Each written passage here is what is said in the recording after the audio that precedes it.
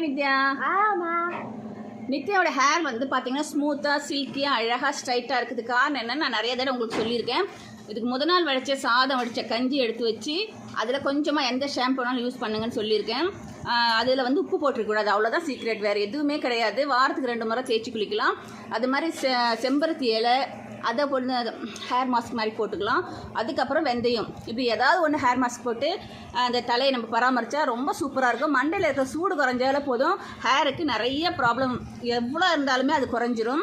பேநீர் அதுவும் குறைஞ்சிரும். இதுதான் முக்கியமான காரணம். ஹேர் வந்து ரொம்ப ஈஸியாக பராமரிக்கலாம். நான் வந்து இயற்கையாகவே அவளுக்கு வந்து காய வைப்பேன் தவிர ஹேர் டை எல்லாம் போட்டது கிடையாது. இப்போ புதுசாக ஒன்று வாங்கியிருக்கேன், அது பிரியாவுக்காக வாங்கியிருக்கேன். எடுத்துக்காட்டுமா. ஏன்னா அவள் காலையில் குளிச்சுட்டு ஸ்கூலுக்கு போகும்போது ரொம்ப கஷ்டமாக இருக்குது அவளுக்கு. இது 1500 ரூபா, ரிலையன்ஸில் தான் வாங்கினேன்.